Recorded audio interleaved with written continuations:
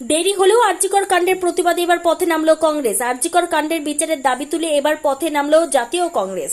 বুধবার নদিয়ার শান্তিপুরে শান্তিপুর শহর কংগ্রেসের ডাকে প্রতিবাদী মিছিল এবং পথসভায় উপস্থিত জাতীয় কংগ্রেসের জেলা সভাপতি অসীম কুমার সাহা সহ স্থানীয় কংগ্রেস নেতৃত্ব। পথসভার সাথে সাথে একটি মৌন মিছিলের আয়োজন করে আইএনটিটিইউসি সভাপতি অলোক চ্যাটার্জি। আরজিকর কাণ্ডে দোষীদের দৃষ্টান্তমূলক শাস্তির দাবি তুলে একদিকে যখন সমস্ত রাজনৈতিক দল পথে নেমেছে, ব্যতিক্রম ছিল কংগ্রেস। এবার নদিয়ার শান্তিপুরে আরজিকর কাণ্ডের প্রতিবাদে দোষীদের দৃষ্টান্তমূলক শাস্তির দাবি তুলে মৌন মিছিল ও পথসভার ডাক দেয় শান্তিপুর শহর কংগ্রেস কমিটি। এদিন জাতীয় কংগ্রেসের পথসভার মধ্যে দিয়ে রাজ্যের শাসক দল তৃণমূল কংগ্রেস ছাড়াও কেন্দ্রের শাসক দল বিজেপিকে তীব্র ভাষায় আক্রমণ করা হয়।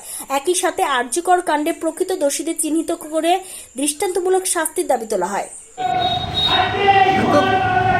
একটা জনজোয়ার চলছে, গণ আন্দোলন চলছে। সেই গণ আন্দোলনের বাইরে কিন্তু জাতীয় কংগ্রেস নয়। জাতীয় কংগ্রেস এই যে অত্যাচার, যে অনাচার দীর্ঘদিন ধরে পশ্চিম বাংলায় চলছে। আমার পাশে হাঁসখালি থেকে নির্মমভাবে এক আদিবাসী মহিলাকে তাকে ধর্ষণ করে খুন করে পুড়িয়ে দেওয়া হয়।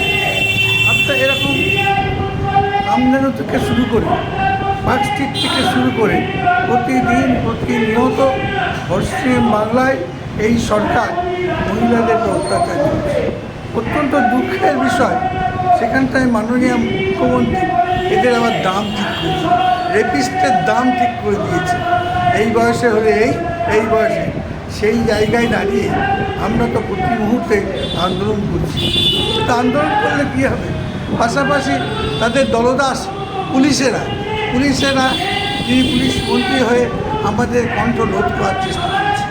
সেই জন্য আপনারা দেখেছেন প্রতি নির্বাচনে অবাধ নির্বাচন হয়নি, নির্বাচনের নামে প্রহসন করা হয়েছে। সেই নির্বাচনের প্রহসন করে তারা ক্ষমতায় রয়েছে।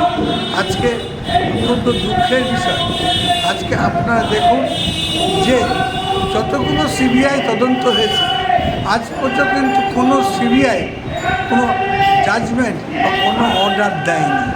আসলে এইখানটায় শেষ কথা নয়, বিজেপি এবং তৃণমূল একে অপরের বিরুদ্ধ। সেই কারণে আজকে অত্যন্ত দুঃখের বিষয় মমতা বন্দ্যোপাধ্যায়কে বলতে হচ্ছে যে আমরা বিচার চাইছি।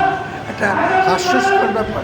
সেইখানটায় কংগ্রেস সারা পশ্চিম বাংলায় শুধুমাত্র কৃষ্ণনগর নয়, আমার জেলার প্রত্যেকটা প্রান্তরে লড়াই করছে, এই আন্দোলন করছে।